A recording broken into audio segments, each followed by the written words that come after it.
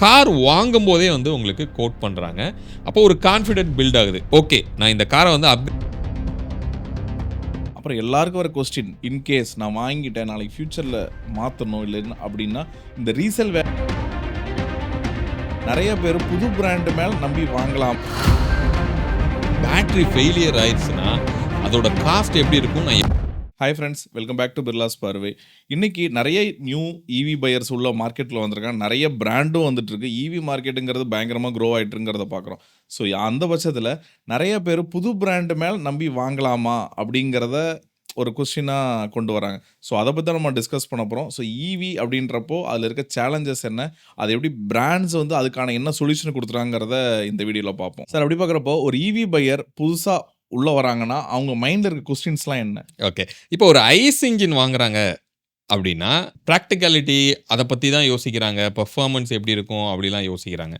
But ஈவின்னு வரும்போது questions எல்லாமே ரொம்ப டிஃப்ரெண்ட்டாக இருக்குது. என்னென்னா, ஈவி கார் வாங்கலாமா அப்படிங்கிற ஒரு கொஸ்டின். அதோட ரேஞ்ச் வந்து எந்த அளவுக்கு நமக்கு கிடைக்கும், சார்ஜிங் ஃபெசிலிட்டிலாம் எப்படி நம்மளால பண்ண முடியும், நம்மளால ஹைவேஸ்லலாம் வந்து கரெக்டாக சார்ஜ் பண்ண முடியுமா, இதோட சர்வீஸ் சப்போர்ட் வந்து நமக்கு எப்படி இருக்கும், சர்வீஸ் நெட்வொர்க்ஸ் வந்து நமக்கு எப்படி கிடைக்கும், இப்படிங்கிற விஷயம் தான் வந்து அவங்களுக்கு மைண்டில் வருது. இது எல்லாத்துக்கும் மேலே ரீசேல் வேல்யூ அப்படிங்கிறது எப்படி இருக்கும், பேட்ரி ஃபெயிலியர் ஆயிடுச்சுன்னா அதோட காஸ்ட் எப்படி இருக்கும், நான் எப்படி தான் அதை ரீப்ளேஸ் பண்ணுவேன். ஸோ இந்த மாதிரியான கொஸ்டின்ஸு ரொம்ப நார்மலாக எல்லாரோட மைண்ட்லேயுமே வந்து ஒரு இவி வாங்கணும் அப்படின்னு நினைக்கும் போது கண்டிப்பாக அவங்க மைண்டில் வருது. அப்படி இருக்கும்போது இப்போ இந்த வின்ஃபாஸ்ட்ங்கிற பிராண்ட் நியூவாக வந்திருக்கு. ஸோ அதை பற்றி நம்ம டிஸ்கஸ் பண்ண போகிறோம். ஸோ அதில் வந்து பார்த்தீங்கன்னா இவங்க இந்த ஒவ்வொரு கொஸ்டினுக்கும் அவங்க சைட்லேருந்து என்ன ஒரு சொல்யூஷன் கொடுத்துருக்காங்க அப்படிங்கிறத நம்ம பார்ப்போம். ஸோ ஃபஸ்ட்டு சார்ஜிங் ஃபெசிலிட்டிங்கிறது வின்ஃபாஸ்ட் சைட்லேருந்து எப்படி இருக்குது? ஓகே, ஸோ வின்ஃபாஸ்ட் வந்து அவங்களோட வின்கிரீன் அப்படிங்கிற ஒரு நெட்வொர்க் வழியாக இந்தியாவில் சார்ஜிங் ஃபெசிலிட்டியை இன்க்ரீஸ் பண்ணிகிட்டு இருக்காங்க. அவங்களோட ஓன் சார்ஜிங்கோட ஸ்டேஷன்ஸ். அதில் அவங்கக்கிட்ட இவி கார்ஸ் வாங்கணும் அப்படின்னு நினைக்கிறவங்களுக்கு 2029 வரைக்குமே வந்து இந்த வின்கிரீன் நெட்வொர்க்கில் எனிவேர் வந்து அவங்க சார்ஜ் பண்ணிக்க முடியும், ஃப்ரீ ஆஃப் காஸ்ட்டில் அப்படின்னு சொல்லி சொல்கிறாங்க. இது ஒரு ஸ்டெப்பு எந்த பிராண்டும் பண்ணாத ஒரு விஷயத்தை வந்து இவங்க பண்ணுறாங்க அப்படின்னு சொல்லலாம். பட் ஜென்ரலாக ஒரு ஈவியோட சார்ஜிங் ஃபெசிலிட்டி இப்போ எப்படி இம்ப்ரூவ் ஆகிருக்கு அப்படின்னா, ஹைவேஸில் நிறைய நெட்வொர்க்ஸ் வந்து இப்போ வந்துருச்சு. நிறையா பிளேயர்ஸ் வந்து இந்த சார்ஜிங் ஃபெசிலிட்டியை உள்ளே கொண்டு வந்துகிட்டே இருக்காங்க. அவங்களுமே இதை ஃப்ரான்ச்சைசி கான்செப்டில் வந்து எடுத்துகிட்டு போகிறதுனால நமக்கு வந்து நெட்வொர்க் அப்படிங்கிறது கொஞ்சம் நல்லாவே பில்ட் ஆகிருக்கு.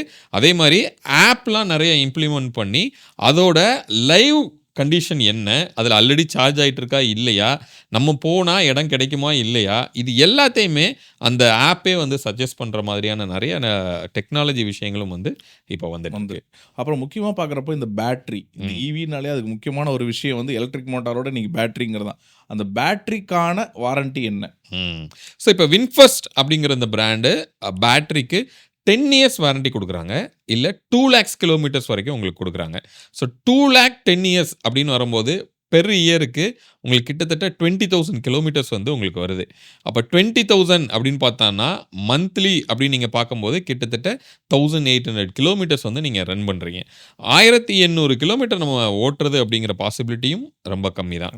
அப்போ இந்த 2 லட்சம் கிலோமீட்டர் அப்படிங்கிறது 10 வருஷத்துக்கு மோர் தென் சஃபிஷியண்ட்டாக உங்களுக்கு இருக்குது. ஸோ அப்போ அந்த 10 வருஷங்கிறது ஒரு டீசெண்டான ஒரு வாரண்டியாக நம்ம பார்க்குறோம். ஒரு சில பிராண்ட்ஸ் 8 years வந்து கொடுக்குறாங்க, பட் வேற இவங்க வந்து 10 years கொடுக்குறாங்க, விச் இஸ் குட்.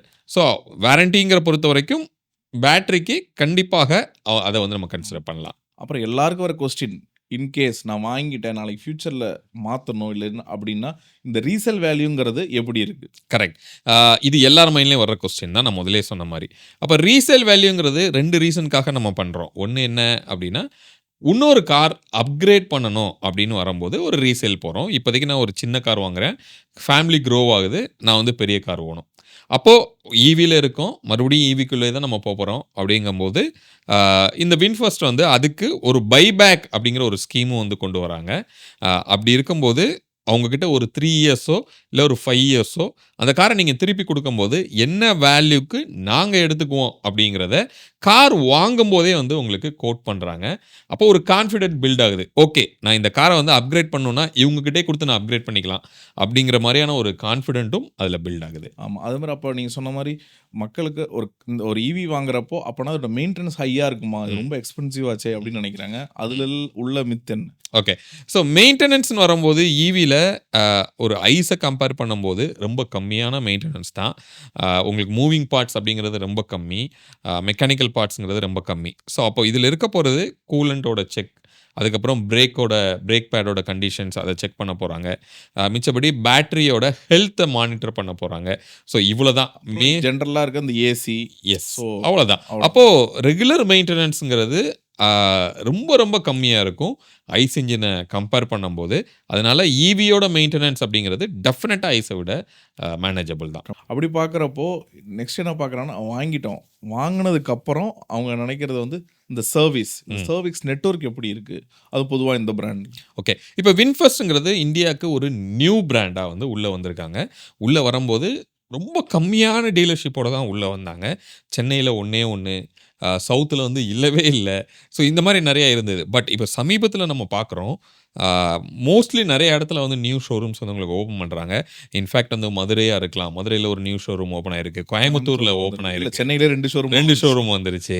ஸோ அப்படிங்கிறப்போ நமக்கு கண்ணு முன்னாடி தெரியுது, அவங்க கொஞ்சம் அக்ரெசிவா வந்து டீலர்ஷிப்ப இன்கிரீஸ் பண்ணிட்டு இருக்காங்க அப்படின்னு.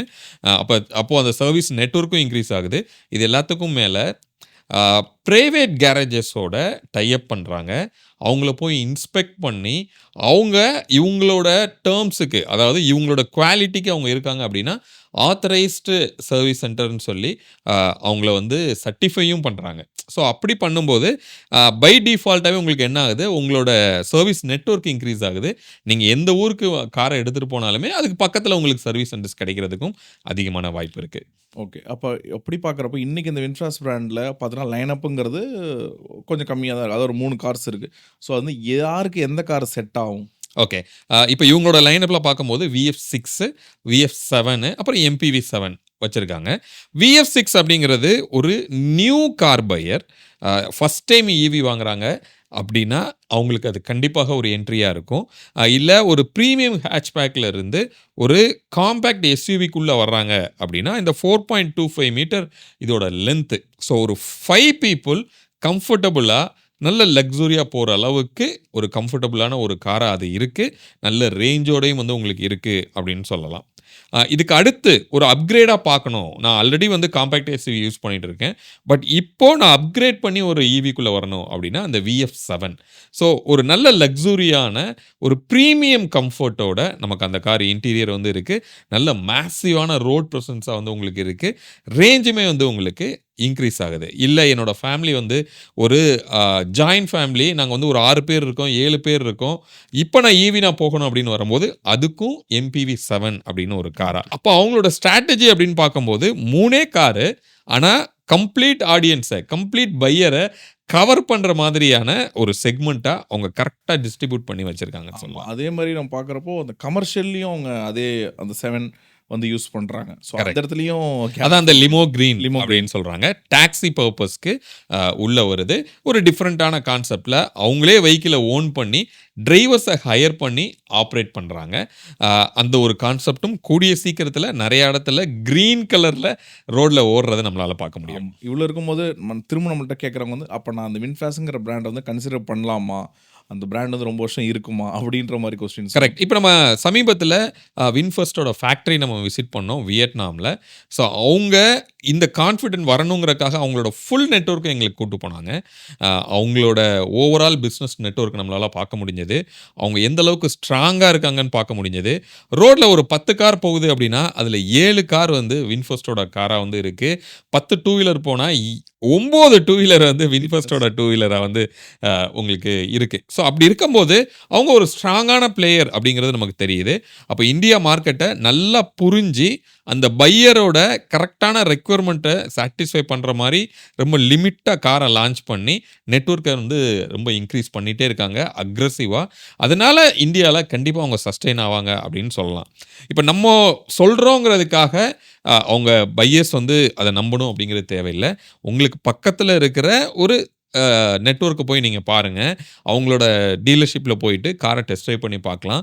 வண்டியோட பெர்ஃபார்மன்ஸ் எப்படி இருக்கு? இன்டீரியர்லாம் எப்படி இருக்கு? அப்படிங்கிறத செக் பண்ணிட்டு அவங்களே வந்து டிசைட் பண்ணலாம். ஆமா. அது மட்டும் இல்ல. அந்த பிராண்டுக்கு வந்து ஃபியூச்சர் பிளான்ஸும் இந்தியாவுல இருக்கு. லைக் அவங்க பஸ்ஸஸ், ஈவன் ஆ. டூ வீலர்ஸும் வரப்போகுது. இப்போ கரெக்ட். ஆல்ரெடி அவங்களே கரெக்ட். அஃபிஷியலா சொல்லியிருக்காங்க. ஸோ ஃபியூச்சர் பிளான்ஸுங்கிறது அவங்க எல்லாருக்கும் அவங்களுக்குமே இருக்கு. ஆமா. ஸோ அப்போ அவங்க 2 வீலர்ஸுமே வந்து தூத்துக்குடியில தான் புரொடக்ஷன் நடக்க போகுது.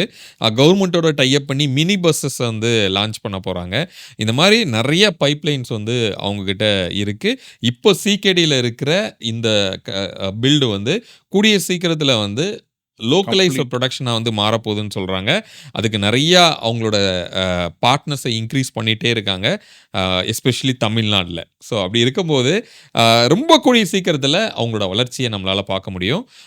சஸ்டெய்னபிலிட்டிங்கிறதுமே வந்து ரொம்ப கிளியரா வந்து நமக்கு தெரியுது. ஸோ இப்போ இவ்வளோ இருக்கிறப்போ, ஈவிங்கிறத வாங்கலாமா? அதுவும் வின்ஃபாஸ்ட்ங்கிறத வாங்கலாமா? அதனோட அவங்களோட பெனிஃபிட்ஸ் நீங்க என்ன அச்சீவ் பண்ணீங்க? அப்படிங்கிறதெல்லாம் நீங்க வந்து கமெண்ட்ல தாராளமா சொல்லலாம். மீண்டும் அடுத்த வேற ஒரு வீடியோல உங்கள வந்து நாங்க சந்திக்கிறோம். அதுவரைக்கும் உங்களிடமிருந்து விடைபெறுவது உங்கள் பிர்லா. விஜய். பை.